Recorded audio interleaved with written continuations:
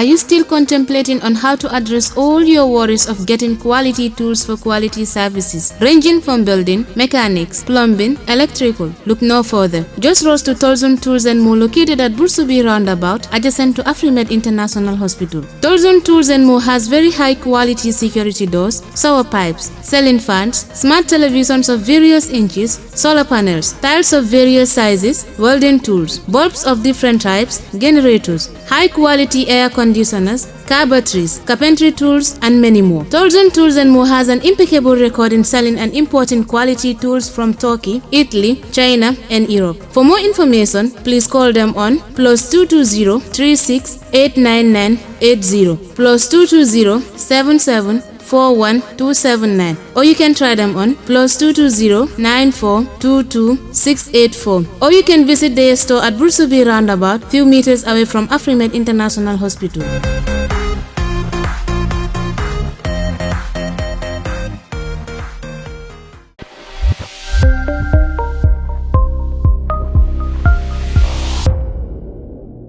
Good afternoon, viewers. You are watching us live on Caravan News Network. This is your show, Face to Face with Cham. My guest today is not a strange face. It's not a strange person in this country. He's a household name. Mr. Allen, you are welcome to this show. Thank you, Mr. Cham. Thank you for having me on Caravan News Network. Okay. We've just heard that you throw your heart in the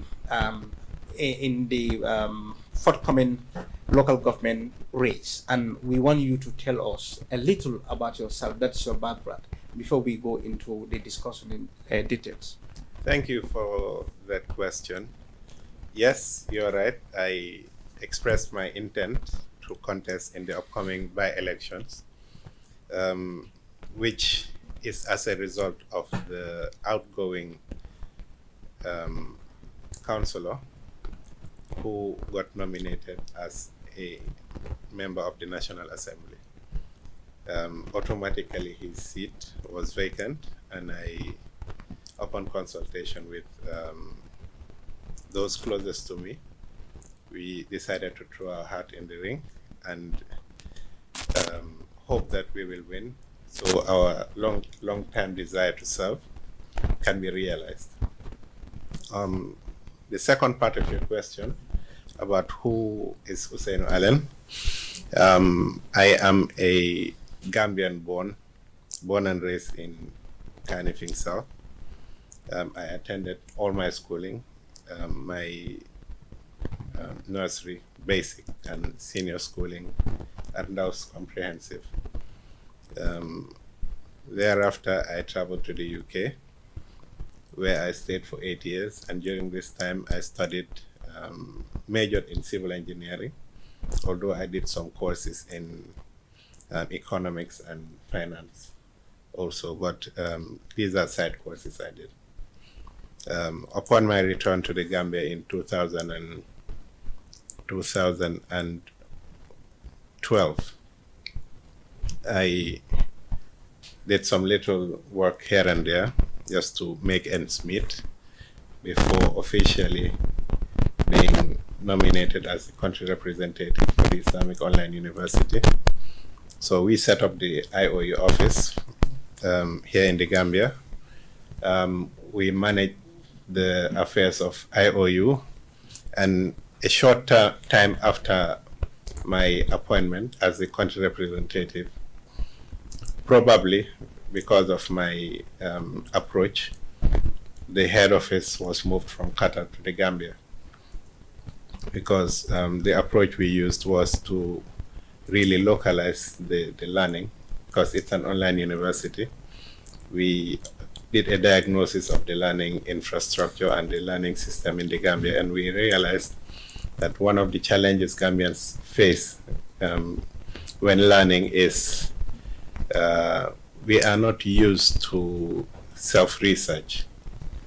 Research methodology is a big, it's deficient in our learning system, and you have lots of attrition rates. You know, people drop out during the process of learning, although they have all the intent to do it, but the challenges are enormous. Some of the challenges are access to internet. Even after having access to internet, the consistent supply of internet becomes a problem. Access to either a laptop or a desktop somewhere you can learn. Fluctuating electrical problems. And these are for someone who can do the online learning by themselves. Okay. Some people struggle with online learning, so we created learning centers across the country so that people can do it in a hybrid model. And we succeed to a degree. We succeeded to a degree, and over the years we've also opened offices in Senegal, Ivory Coast, Guinea-Bissau, and we approached Mauritania, but the environment there was not very favorable. And we wanted to go to Guinea-Conakry, but it was during the time of the Ebola, so we decided otherwise. But yes. It seems that you have a lot of experience when you come to playing a role in apart from education, whether your leadership is tested in other sectors of development. Yes, I've done sports since my childhood. I've represented the Gambia in tennis since I was 8-9 years, and I've traveled across Africa, and even at the earliest parts of my childhood, I was entrusted with certain responsibilities, even at the level of the tennis court, coordinating tennis tournaments and working with the local players so that we can at least develop tennis in the Gambia. During that time, I was quite young, and growing up, I think I still carried that responsibility at societal level also. Whenever there was the need to do something in society, especially in Kanifing, we will be counted upon. What would you say to the people that describe you that will describe to say you are both a leader? Yeah, certain things come innately. They come naturally, and maybe because of my comportment, I'm a very composed person. It's not difficult to adopt certain leadership attributes. Yeah, but everything in life is about learning and observing. So if you know someone took an approach and they failed, it would be really foolhardy for you to not learn from that situation. So I tend to observe and learn from successes and the failures of people so that I can better myself. Before a leader could be entrusted with certain responsibilities, you need to possess certain attributes that can convince people to trust you in leadership roles. Yes. If you to observe an individual, what would you say are some of the attributes that leaders, others can copy, in society for a best practice? Yes, what I observed with leadership is the leader should be someone that listens. He should be a good listener. You should also, there's something they call transversal skills. So you need to have analytical skills. So you need to be able to analyze problems very well. properly. You need to have problem-solving skills. You need to have good interpersonal relationships with people. I think these are pillars that can really make someone a leader.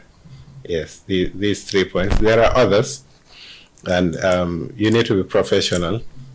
And the main pillar of any professional person is their character. Yes. So as much as you can improve on your character, you'll be a better leader.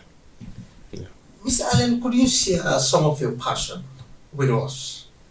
Because I know there is no one without a passion, but your electorates or people that intend to vote for you might be interested to know what are some of your passions as a person. My passion is independence. Independence. I want to see myself as an independent person, and I want to see society to be independent. This is something that burns inside me, because I think being dependent, if someone feels that they should be dependent in many things in life, it's because they've not done a proper diagnosis of their capabilities. I love sports. I love interacting with like-minded people. I love talking about something that's beneficial to society.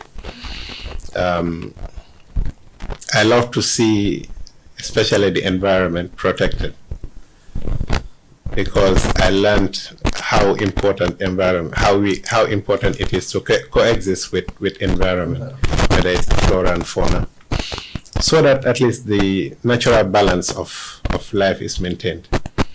I love my culture, I love my religion. In short, that's it. I hope I was an avid reader. I really wish I could read more than I do. But I do listen, I do watch, and I do observe. Being a liberal-minded person, or being an independent person, how does this impact on your daily activities? It does impact in many ways. Just going back a little in the interview, I mentioned that when I was appointed to be the country representative, shortly after that, the head office was moved from Qatar. And it's probably because of my independent-mindedness. You have a global university that's setting up an office in Gambia, small Gambia. I could have followed the status quo, like many countries did, open a small office, just become like a call center for students. Hello, I would like to register. Okay, go through these processes. But I studied the Gambian learning environment, and I tried to tailor it to the Gambians' needs, because the motto of the Islamic Online University, now International Open University, is changing the nation through education. You cannot change Gambia through a learning system that is not favorable to the people who are learning. So you bring online learning to a people who are challenged when it comes to learning online, then you're doing them great disservice. You've been a liberal or independent-minded personality. Does this influence your decision of contesting under an independent ticket instead of to throw your weight behind political parties, in this race? Thank you for the question. It's a good one. The reason why I'm contesting as an independent is once I decided to enter into politics, and with politics, everybody's involved. You're either involved passively or you're an active person. But one way or the other, you're involved, whether you're talking about it in WhatsApp forums, you're commenting on Facebook, these are all politics. And I wanted to become some of those that will sanitize the political space. And in politics, it's about having that base, that support base. Any politician that doesn't have a support base is he's running a risk of being dependent. You understand? If I were to throw my weight to a political party, it means I'm dependent on them. This is not to say there's no political parties that have the same ideology or vision like me, but I would rather build a political base for myself and build the awareness amongst my base of where I see Gambia going, where I see our world going. Then we can now throw our weight collectively to a political party that we share the same vision with. Looking at your CV and your interventions as a person, you've done a lot of things for various communities and various institutions in this country that made you stood out, unique. Considering your political connections, one would say Mr. Allen is a political novice. Are you optimistic of victory in this coming by-election? Yes, we have received lots of goodwill from people that we've interacted with one way or the other over the years, and we've gotten assurances of support from community members, but you don't rest on your laurels and just say then victory is assured. On top of that, we are doing our daily visits, house-to-house visits, sell our ideologies, sell our policies, exchange ideas with people also, because you need to listen to their concerns. You can have an idea of what you want to present to the people, but you might be blindsided on certain issues. So as much as you are selling your program, you need to also, on the other hand, listen to constructive criticisms that they'll give to you as a person, or their concerns that they've kept inside for a long time about how much the political class has failed them over the years. Because every election there's promises given, and after the elections you tend to find that most of these promises are not met. So they will tell you these things. So what can you do now as an aspirant to allay their fears that you'll tread a different route to those who preceded you? And can Mr. Allen tell us why you want to contest? You can work with any other institution, you have a qualification, you have the experience, but you decided to say, no, I am contesting in my community and I want them to entrust me with the leadership role. So tell us some of the reasons. Yes, I have this natural inclination to serve. Although prior to this, most of what I was doing was done discreetly. And with politics, you need to showcase what you do. Had what I was doing been done out in the open, maybe it would have made my victory easier. But nonetheless, we are trying to sell what we have. Prior to this, years back, I set up a charity called Member Foundation, and some of our interventions are educational support. We provide scholarships, and we are also working towards promoting a learning system that is very child-centered. This will help Gambia evolve from being teacher-dependent to being critical thinkers, innovators, so that we can start inventing things rather than become consumers. And it starts from early age.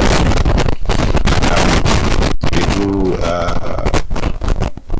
microfinance programs, we do disaster relief, amongst others. And this is at the level of charity. I've set up a school which is adopting the Montessori learning system, and it seeks to remedy the challenges faced by our education goers. Being at a university, dealing with university students over the years, you tend to diagnose the root problems of our education system. And to remedy it, you need to go back to early childhood, fix it from there so that the next generation will grow up with a different mindset, different learning approach. And I think that's how a country moves forward. That's how the country will change. Some would say Mr. Allen would have been better fit in other areas than, expressing intent to contest in the local government elections. They may not want to associate you with politics, but they rather want to see you elsewhere, where your participation could be better meaningful. What is your reaction to this? I don't underestimate the local government elections, because this is where the grassroots are, and you're dealing directly with communities. You're feeling their problems, and I think it's a good place to start. Whatever intervention you might have done, and I've done quite a few, it impacts certain communities.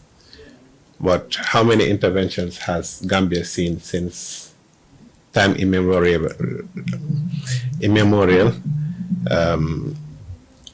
They've been helpful in a way. But what we are trying to inspire is mindset change.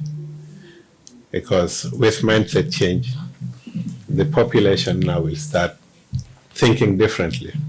Most interventions are they're handed to the people.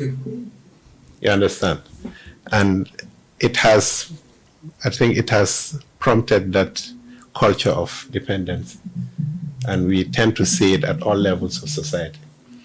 We want a society that will think internally, support each other internally, economically, at the level of sports, at the level of arts, whatever level you are, you think internally, support each other internally, so that our local economy will grow. Yes.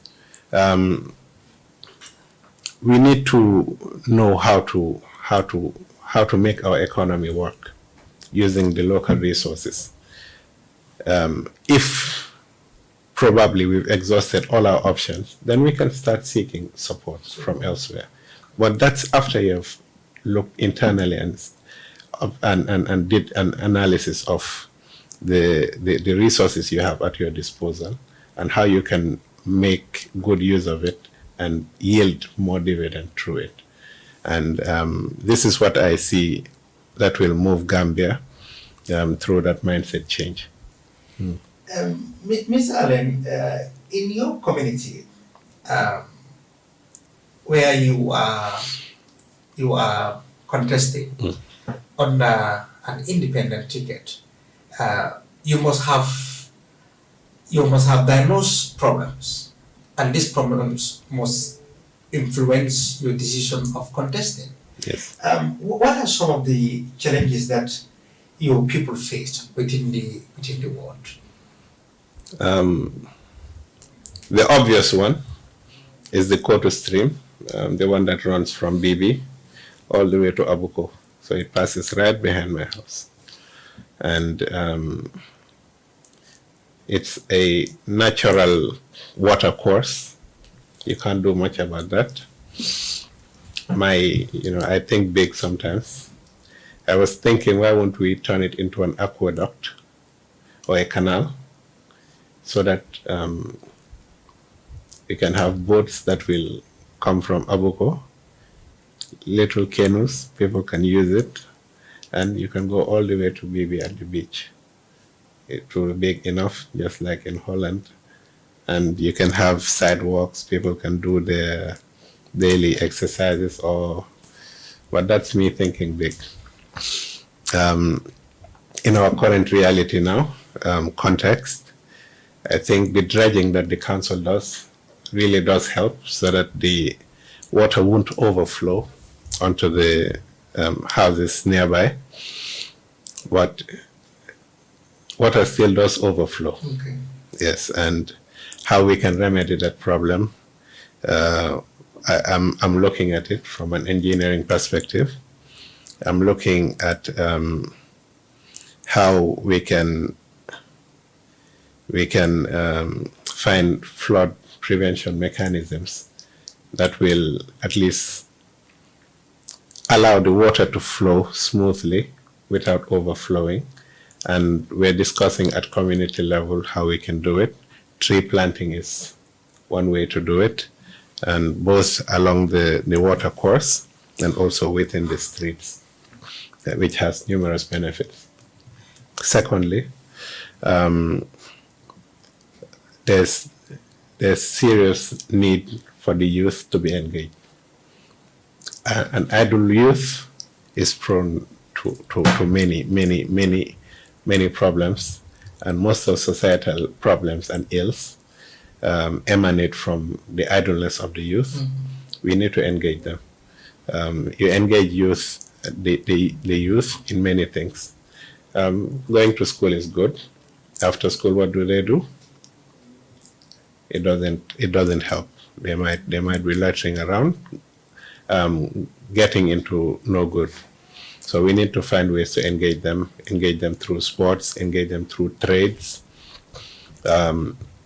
There's this new will to promote TVET, technical vocational education and training, so that the youth will have hands-on skills that they can use to improve their economic status, their and their family's economic status, which I think we can work with the relevant authorities at the Ministry of Higher Education, NACA, and the private sector to promote TVET within the ward, and promote even petty trade, microfinance.